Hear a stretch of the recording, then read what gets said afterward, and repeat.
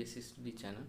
Myself Suryans, I'm your science teacher, and we are here due to COVID.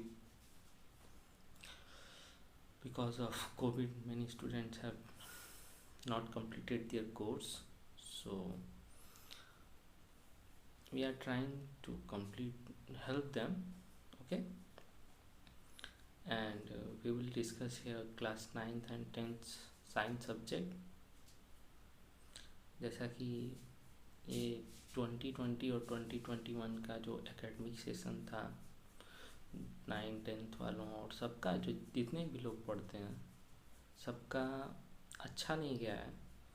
तो 9-10th वालों के boards के, 9th के तो नहीं 10th के बोर्ड्स के एग्ज़ाम कंपलसरी हैं. उनके लिए वो अच्छे मार्क्स आपको सिक्योर करने के लिए आपको पढ़ना तो पड़ेगा ना, बिना पढ़े तो कुछ नहीं होगा. तो हमने कोशिश की है कि हम यहाँ पे अपना एक चैनल बनाए, उस पर साइंस और मैथ्स, स्पेशली यही दो सब्जेक्ट हैं जिनसे बच्चे भागते हैं, तो इनको पकड़ के ले चलें. ठीक ना. तो so our first chapter is matters in surrounding. अगर हम अपने आसपास देखें, if we look around us, we can see a large number of things of different shapes and size and texture. Understood? अगर हम अपने आसपास देखें तो बहुत सारी चीज़ें हैं. जैसे आपके पास, आप अपने पास अभी देखो, आपके पास बुक होगी, आपके पास फ़ोन है, आपके पास आपके मम्मी पापा हैं जो भी हैं, ठीक ना. आपके पास अपनी कॉपीज़ हैं. सबकी अलग अलग शेप हैं. ठीक. उनकी साइज जो है वो भी अलग अलग है, और टेक्सचर, कलर जो है, ठीक ना, अब उनके भी अलग अलग हैं. हर चीज़ का अपना अलग वो चीज़, मतलब अपना अलग शेप, साइज और टेक्सचर होता है. आप बुक को देख लो, कॉपी को देख लो, पेन को देख लो, ठीक ना. और हम इनमें से बहुत सारी चीज़ें अपनी डेली लाइफ में क्या करते हैं, यूज़ करते हैं. जैसे आप देख लो, खाने को देख लो, खाना खाते हो आप, अलग अलग चीज़ें खाते हो. आप रोटी खाओगे तो गोल रहती है, उसकी अलग साइज है, शेप है, कलर है. ठीक. आप सब्जी खाओगे तो उसकी अलग शेप, साइज रहती है, ठीक ना. क्वांटिटी जो भी हो, चीज़ें अलग अलग होती हैं, उनकी शेप, साइज और टेक्सचर जो होते हैं वो अलग अलग होते हैं. तो हम मैटर के डिफिनीशन हम जान लेते हैं कि anything that having mass and occupy space is called matter. हमारे आसपास में जो भी चीज़ें हैं जिनके पास खुद का मास हो, ठीक, और उनको कहीं रखा जाए तो वो कुछ स्पेस ऑक्यूपाई करें. जैसे आप ग्लास में पानी को रखो, ऑक्यूपाई किया. आप टेबल पे अपनी कॉपी पे रखो, स्पेस ऑक्यूपाई किया. तो जो भी चीज़ें हमारे आसपास में हैं जिनको हम, उनका पहले तो मास होना चाहिए. दूसरी चीज़ कि उनको हम जहाँ भी रखें तो वो कुछ स्पेस ऑक्यूपाई करें, उनको हम क्या बोलते हैं, मैटर बोलते हैं. इवन एयर भी है. एयर को आप, एयर का मास होता है, ठीक, और उसको कहीं भी आप किसी, जैसे बैलून है, बैलून में भर दो, ठीक, तो कुछ वॉल्यूम ऑक्यूपाई किया ना, तो वॉल्यूम ऑक्यूपाई करेगा, कुछ न कुछ स्पेस ऑक्यूपाई करेगा, समझे. उसका कुछ न कुछ मास भी होगा. तो ऐसी चीज़ों को हम क्या बोलते हैं, मैटर. अब जब ओल्ड थ्योरी में हम लोग देखा गया, ओल्ड थ्योरी है, इंडियन मिथोलॉजी में है, हमारे यहाँ के कल्चर में है, कि हम बोलते हैं कि जो हमारे पास आसपास और हम खुद जो भी चीज़ें हैं वो पंच तत्वों से बनी है, 5 तत्वों से बनी हुई है, ठीक ना, जिसको संस्कृत में बोलते हैं पंचतत्व. ठीक.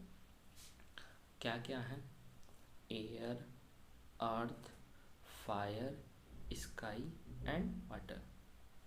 हिंदी में सुन लीजिए, वायु, पृथ्वी, अग्नि, आग मतलब आकाश, और पानी, ठीक ना. ये 5 चीज़ें हैं जिससे हमारे कहा जाता है कि हम लोग इसी से बने हुए हैं.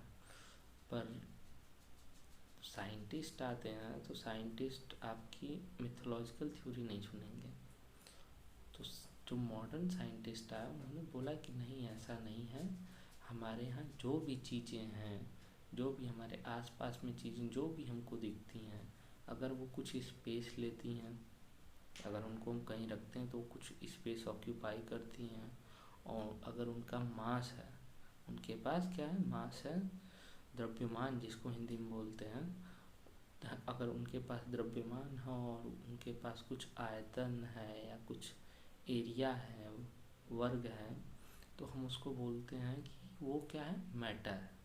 ठीक। अब इनको फिजिकल और केमिकल नेचर पे इनको क्लासिफाई किया गया, मैटर को। ठीक। जो फिजिकल क्लासिफिकेशन हुआ वो मैटर्स की फिजिकल प्रॉपर्टीज़ पे हुआ, और जो केमिकल क्लासिफिकेशन हुआ वो मैटर्स की केमिकल कंपोजिशन पे हुआ। ठीक।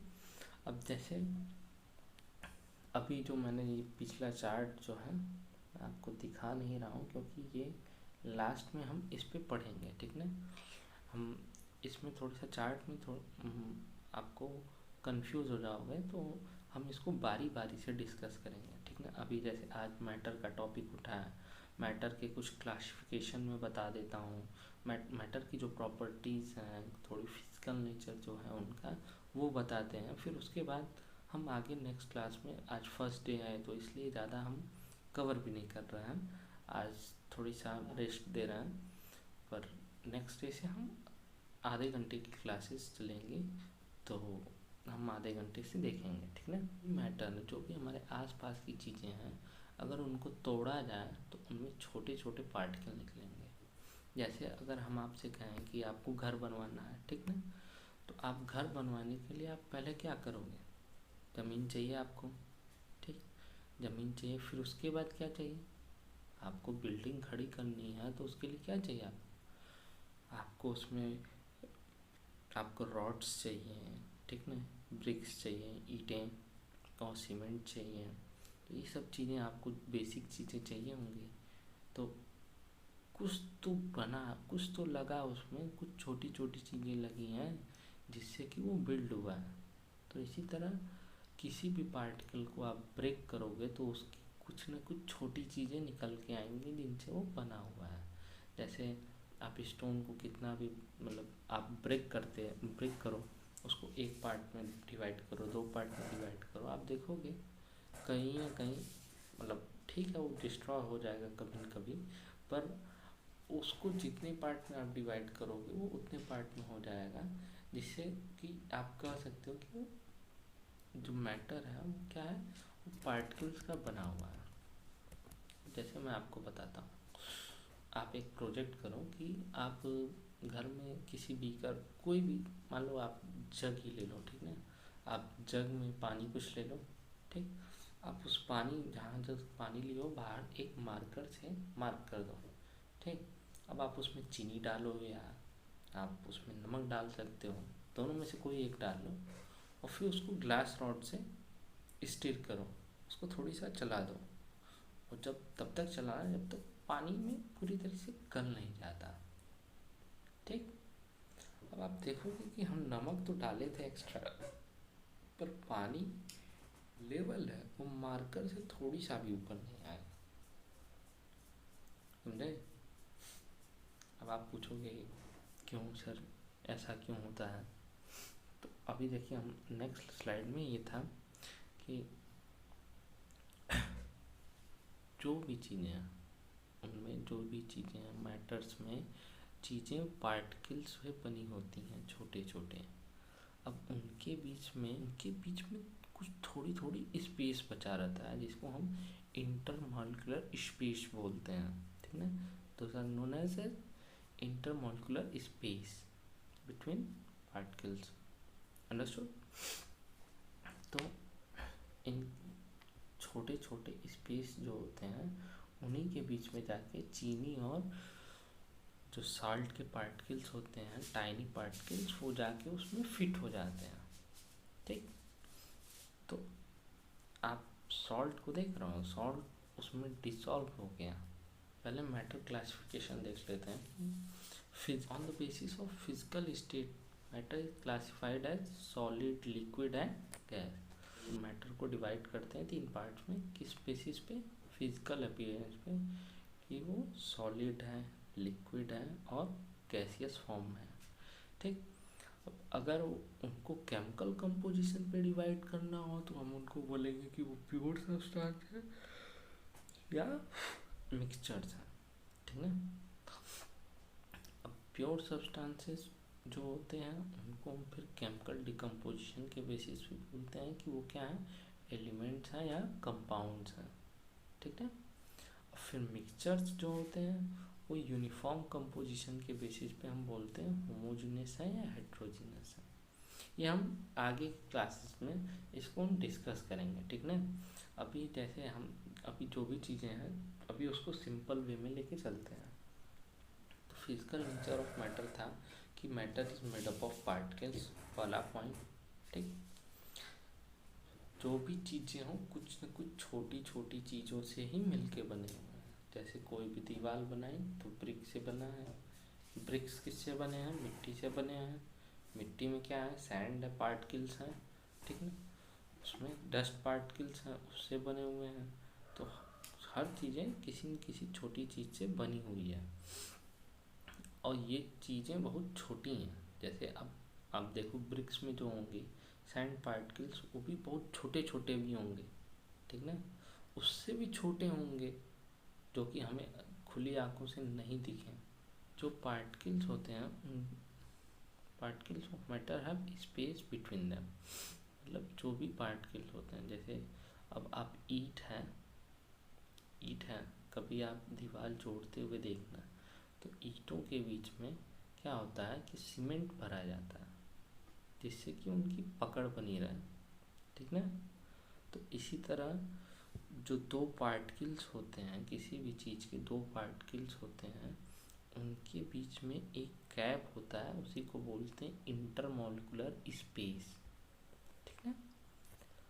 इंटरमॉलिक्यूलर स्पेस किसको बोलते हैं? जो किसी भी कोई भी मैटर है उसके पार्टिकल्स के बीच के स्पेस को बोलते हैं इंटरमॉलिक्यूलर स्पेस। ठीक। अब 4th प्रॉपर्टी पार्टिकल्स की ये होती है कि ये हमेशा हमेशा मूव करते रहते हैं। आपके घर में कोई बुक है या कॉपी है या कोई रॉड है, उसमें के जो बड़ी पार्टिकल्स हैं वो हमेशा मूव करते रहते हैं, भले ही आपको वो न दिखें। ठीक है। अब देखिए, अब जो पार्टिकल्स होते हैं वो क्या करते हैं, एक दूसरे को अट्रैक्ट करते हैं। उनके बीच में एक अट्रैक्टिव फोर्स होता है जिसको हम बोलते हैं इंटरमॉलिक्यूलर फोर्स ऑफ अट्रैक्शन। ठीक ना। Particle experiencing force between them means the particles of matter attract each other। तो उनके बीच का जो फोर्स ऑफ अट्रैक्शन होता है उसको हम बोलते हैं intermolecular force of attraction. Okay. अब देखिए आगे चलते हैं। अब बोले कि matter is made of particles, तो पहली एक्टिविटी कर लेते हैं अपनी, उसमें है क्या। अगर हम कुछ पानी लें घर में, किसी भी जग में आप पानी ले लो, अब जग में पानी जहाँ तक है उस पे एक मार्क, मतलब उस लेवल पे एक मार्कर का मार्क बना दो और फिर उसमें 1 स्पून या 2 स्पून आप चीनी या नमक डाल लो और उसको स्टिर कर दो अच्छे से। तो तब तक स्टिर करना जब तक वो घुल ना जाए। अब आप देखोगे कि जो आपका पानी का लेवल है वो थोड़ी सा भी उस मार्किंग पॉइंट से ऊपर नहीं जाएगा। क्यों? क्योंकि अभी हम बात किए इंटरमॉलिक्यूलर स्पेस की और इंटरमॉलिक्यूलर फोर्स ऑफ अट्रैक्शन की। ठीक ना।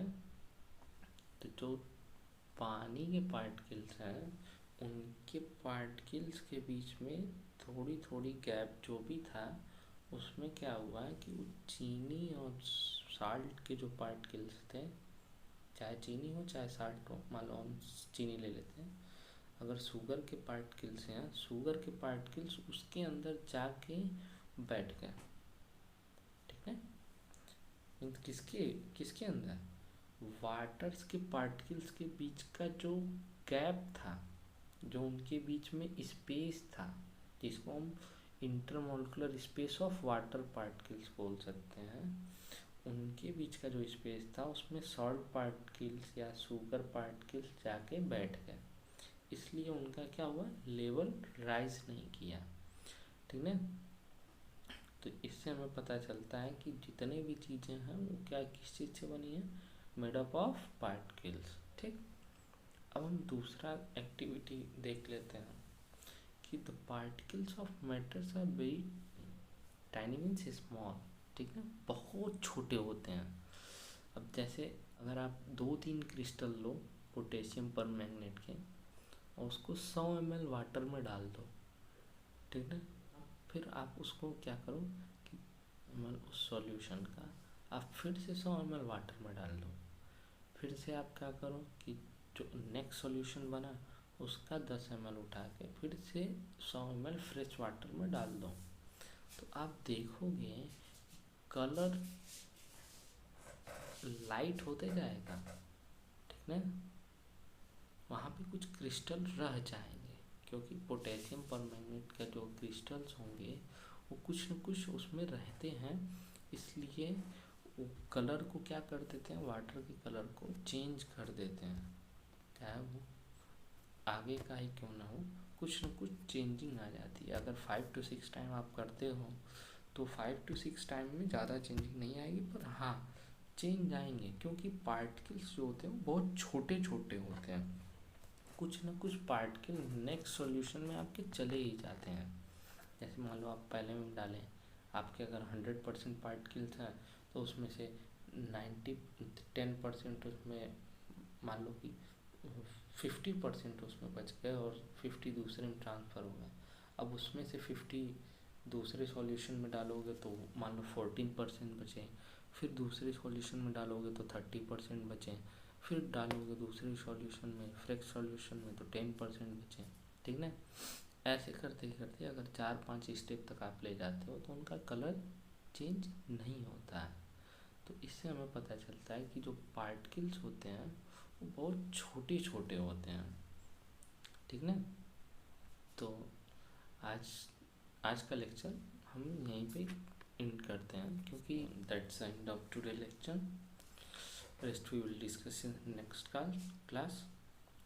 और if you have any question related to this topic and also related to the CBSE, you can ask me in comment section.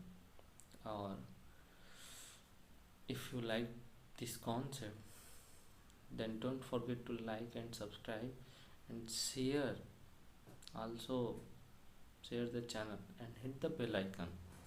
Thank you guys.